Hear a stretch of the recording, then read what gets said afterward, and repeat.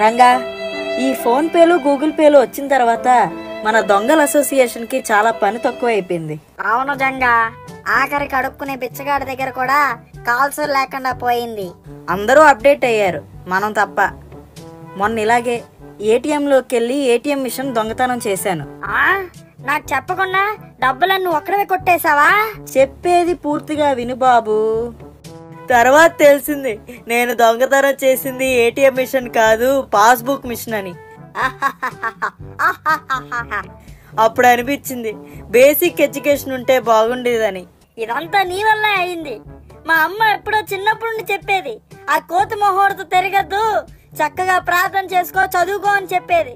చే, మా అమ్మ మాట ఆ రోజు వినుంటే బాగుండేది. ఈరోజు నీతో తిరిగి ఇలా దొంగలా తయారయ్యాను.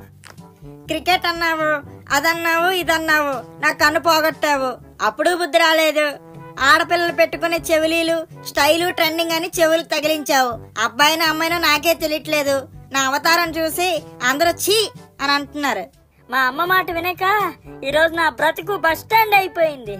కోతి మొహం పీత మొహం అన్నావంటే కుక్కలు ఇచ్చుకుని కనిపించేస్తాను, జాగ్రత్త.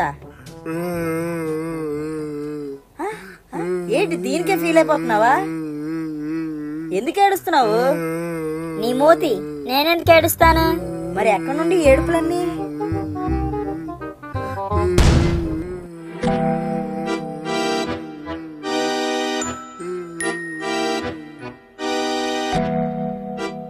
హలో బ్రదర్, ఎవరండి మీరు?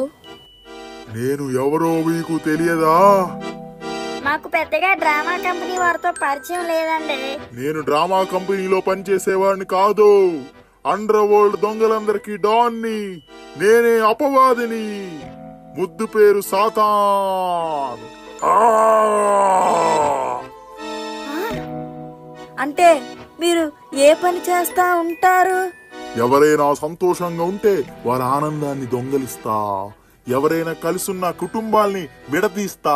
అక్కా చెల్లుల మధ్య, అన్నా తమ్ముల మధ్య అల్లర్లు లేపుతా, గొడవలు సృష్టిస్తా. చదువుకునేవాడికి ప్రేమ మాయలో పడేసి మోసం చేస్తా. అంతేకాదు, ప్రతి ఒక్కరి లైఫ్ ని డిస్టర్బ్ చేస్తా. కన్ఫ్యూజన్ లో పడేసి కళ్ళు మూసుకుపోయేలా చేస్తా. మరి మీరెందుకు ఏడుస్తున్నారండి? ఇంత బిజీగా ఉండే నేను సడన్ గా ఖాళీ అయిపోయా. ఈ మధ్య ఉదయకాలం సాయంకాలం ప్రార్థనలని వాళ్ళు ప్రారంభించారు క్రైస్తవులు.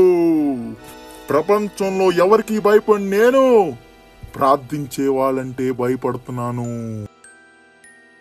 వాళ్ళు ప్రార్థన చేసే ప్రతిసారి నాకు నూనెలో వేసి బజ్జీలు వేపినట్టుంటుంది. నీలాంటి వాడిని బజ్జీ లేపే నూనెలో కాదు, చికెన్ 65 చేసేయాలి, నరకంలో పడేసి. మిమ్మల్ని దొంగతనానికి ప్రేరేపించేది నేనే. మేమే దొంగలు అనుకున్నాం, మాకన్నా పెద్ద గజ దొంగ అన్నమాట మీరు. మీరెక్కువ మాట్లాడుతున్నారు. ఇప్పుడే మిమ్మల్ని నాశనం చేస్తా. కాపాడండి, కాపాడండి, కాపాడండి.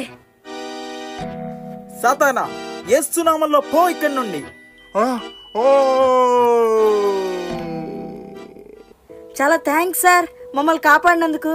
సార్, ఎన్నేళ్ళు తెలియక పాడు పనులు చేసుకుంటూ బతికాం సార్. మేం కూడా మారాలనుకుంటున్నాం, మేం కూడా మంచిగా బతకాలనుకుంటున్నాం. మమ్మల్ని ఏం చేయమంటారు సార్? ఈ రోజే దేవునికి ప్రార్థన చేయండి. మీ పాపాలని ఒప్పుకొని ఆయన దగ్గర పశ్చాత్తాపడండి. ఆయన తప్పకుండా మిమ్మల్ని క్షమిస్తాడు. అంతేకాదు, ఈ రోజు నుండి బైబిల్ చదువుకోవడం, ప్రార్థన చేయడం, ఆదివారం చర్చికి వెళ్ళడం, ఆన్లైన్లో ప్రార్థనలో పాల్గొనడం, ఇలా చేస్తూ ఉండండి. ఇలా చేస్తూ ఉండగా మీ జీవితాల్లో కొన్ని రోజుల్లో ఒక తెలియని మార్పు మీరు చూస్తారు. Okay sir. అన్ని డిసార్డర్ చేసేవాడు ఎవరంటే మిస్టర్ సైటన్. వీడే ప్రపంచం అంతటిని, మానవ జాతిని, ఇంటిని, కుటుంబాలను, మంచిగా ఉన్న కాపురాలను డిసార్డర్ చేస్తాడు, అంటే పాడు చేసేస్తాడు. యవన కుమారుడు మంచిగా పద్ధతిలో బతుకుతున్నాడంటే ఏదో దురలవాట్లు, దుష్ట స్నేహాన్ని తీసుకొచ్చి ఆ మంచి ప్రవర్తన గల యవనస్తుని క్రమం తప్పించి చెడ్డవాడిగా మార్చేస్తాడు. మంచిగా ఉన్న యవనస్తురాల్ని ఏదో ఆశ చూపించి లోకం వైపు ఆకర్షించుకొని ఆ మంచి గుణాలు కలిగిన యవన కుమార్తెను డిసార్డర్లోకి అనగా తన జీవితాన్ని క్రమం తప్పేలా చేస్తాడు. సాతానుడు ఎవరికి భయపడతాడో తెలుసా? ప్రార్థించేవారు. ఎవరైతే ప్రార్థన చేస్తున్నారో వాడికి భయపడతారు. ప్రార్థించే స్త్రీ అంటే వానికి భయం.